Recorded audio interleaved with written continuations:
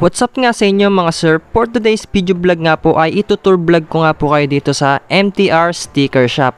At magpapaprint nga tayo ng sticker dito. 70 pieces lang yung papagawa natin, no?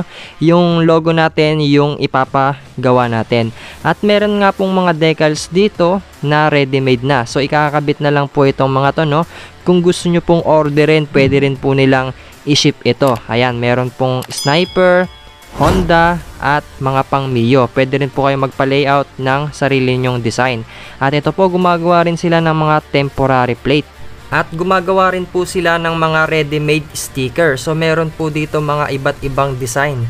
Ayan, so nasa 25 to 30 pesos lang po yan. At ito po yung mga nagpagawa ng sarili nilang sticker. Dumayo pa po sila rito, no? Pati po yung Highway Patrol Group dito rin po nagpagawa. Ayan, napakarami po, no? Pag nagpagawa po kayo doon, ilalagay po niya yung sticker ninyo para proof po na doon kayo nagpagawa. At kung gusto nyo pong lagyan ng design yung mugs ninyo, pwede rin pong lagyan ng stickers dito na reflectorize. Meron pong pang Click, Honda Beat, MX150, Mio, Aerox at iba pa. So pwede po kayong mamili dyan at ibase po ninyo sa kulay ng motor ninyo. At pwede rin po silang maglagay ng sticker o design dito sa mga 4 wheels at pwede rin po dito sa mga sidecar. Ayan, pati po sa mga single pwede po silang mag-wrapping. Ayan, napakaganda, no? At dito po pwede rin po kayong bumili ng mga pang panel gauge protector dito sa Honda Click. Meron din pong pang Aerox. Ayan, napakarami po, no? Kumpleto po lahat. At ito yung mga pang kilay o yung sa mata ng headlight natin. Ayan, mga pang Honda Click ito na honeycomb yung design. Ayan, no, ito naman yung sa mga iba pang accessories. So pwede po nating ilagay yan. Pati po dito sa susian, pwede nyo pong ilagay yan, no? Napakarami. Ayan, napakaganda po ng pagkakagawa. At murang-mura lang po ito, no? Kung gusto nyo pong umorder, PM nyo lang po si JX Decals. Ayan, sila rin po yung gumagawa ng mga recipe stickers, tie stickers at iba pa. Marami pa po kayong pagpipilian na design dito. At quality po talaga yung ginagamit na materyales dito. Hindi po yan kukupas agad o masisira. Ayan, kahit ano pong panahon pwede po yan, no? At ito naman po yung mga nilagay na logo rito sa Honda Click 150i. So ito po, nakasetup po siya, no? Talagang napakaraming stickers. Ayan, may honeycomb pa rito. Tapos meron pong logo dun, no? Ayan, pakita rin natin dito. Pati yung sa mugs, ganyan po yung itsura nya. Talagang napakaganda. Honeycomb po yung design nya. So pakita po natin yung buong motor. Ayan, pati yung sa side mirror po, no, naka-wrap ng carbon. At ito po yung itsura nya kapag bibili po kayo ng protector dito sa gauge at dito sa may susian. Ayan, napakaganda po, no. So keyless ito. At ito po yung dibdib nya, pati yung engine cover nakabalot din ng carbon. Ayan, carbon sticker po yung ginamit dito, no, para hindi po magasgasan. So napakaganda po, no. At kung may gasgas naman po yung motor ninyo, pwede pong tapalan yan ng sticker. Ayan, so pati dito sa likod ng gulong nya ay meron ding sticker. At ito po, meron nakalagay na Vario 150. Ayan, gumagawa rin po sila ng Motodeck stickers. At ito naman po yung sa mga helmet. Ayan, so bali dalawa po yung business ni sir.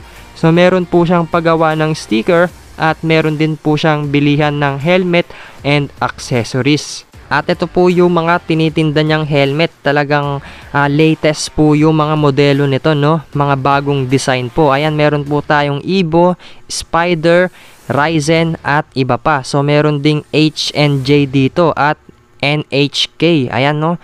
Sobrang dami at talagang murang-mura lang po dito at hindi overpriced. So ito, marami pa pong stock dito sa likod. Pati po sa SEC, meron din po pala siya, no? At ito, marami rin pong stock dito sa Evo helmets.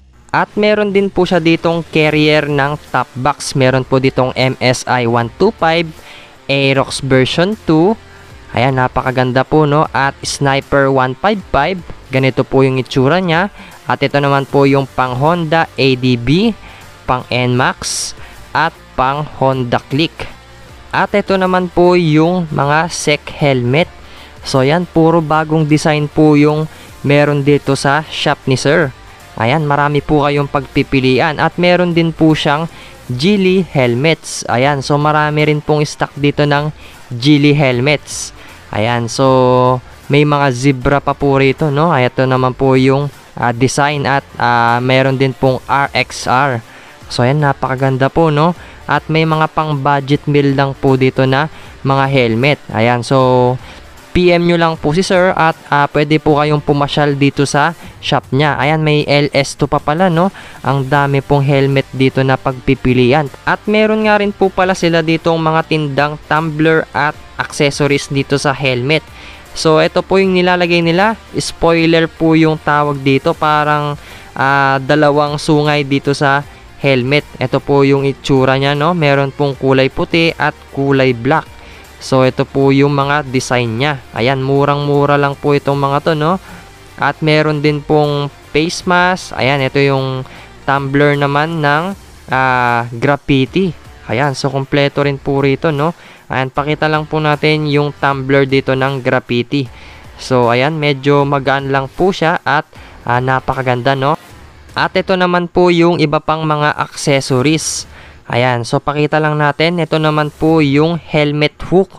Ayan, pwede nyo pong ilagay ito sa dingding ng bahay ninyo. Tagto 250 pesos lang po yan. At meron din po ditong pang keychain. Ayan, so SEC naman po yung nakalagay dito, no? At meron din pong mga top box. Ayan, halos kompleto po lahat. Hindi na po kayo lalayo. At ito po, alloy top box. At head spear naman po yung tatak niya mga yan.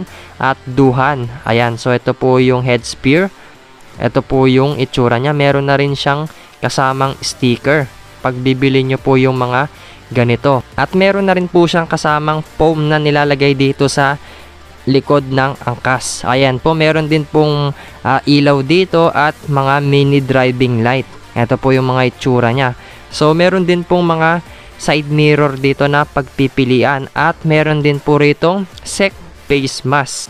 At ito naman po yung customer ni sir na nagpalagay ng mga sticker dito sa motor niya.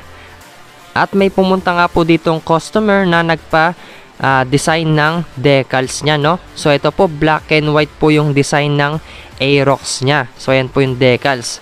At ito naman po si sir nagtatanong-tanong din ng sticker. At ito naman po yung mga gamit na nilalagay nila sa sticker at mga accessories. Ayan, ito po, no? Halos kumpleto po lahat. Ayan, magagandang klase po yung ginagamit nila rito. At ito po, sila rin yung gumagawa ng JRP stickers. So ayan, napakaganda po ng quality, no? Ayan.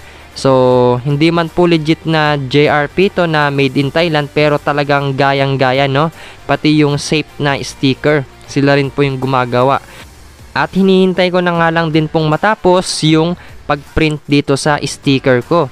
So yan, talagang ang laki po ng printer na ginagamit nila rito, no? At kapag nagpagawa po talaga kayo dito ay talagang hindi po kayo magsisisi dahil napakaganda po ng quality. At ito naman po, may nagpagawa ng logo nila rito at sticker. So kumikinang-kinang pa talaga, no, pagka nasisinagan ng ilaw o araw. At ito po yung mga iba pang mga kulay na pwede po ninyong pagpilian. At ito po yung Aerox decals. Ayan po, no, black and white lang po, napakasimple lang ng design na pinagawa nung customer. Ayan, so dito po nila ginagawa yan.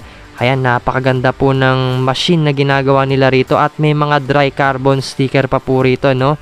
Ayan, talagang 6D. Ito naman po yung mga nagawa ng design ni sir. Ayan, napakarami na, no?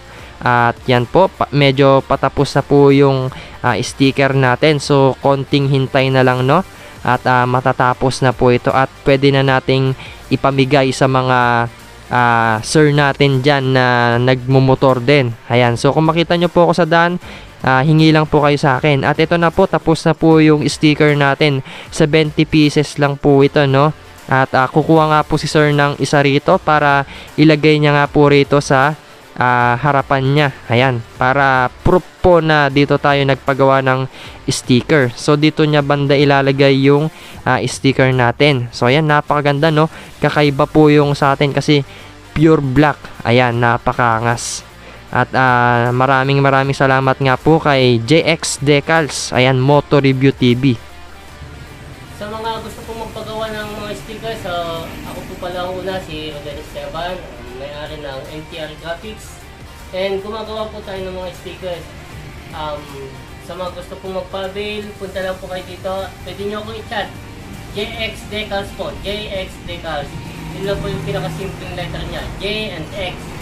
And then may mga tinda din po tayo mga helmet at saka mga top box.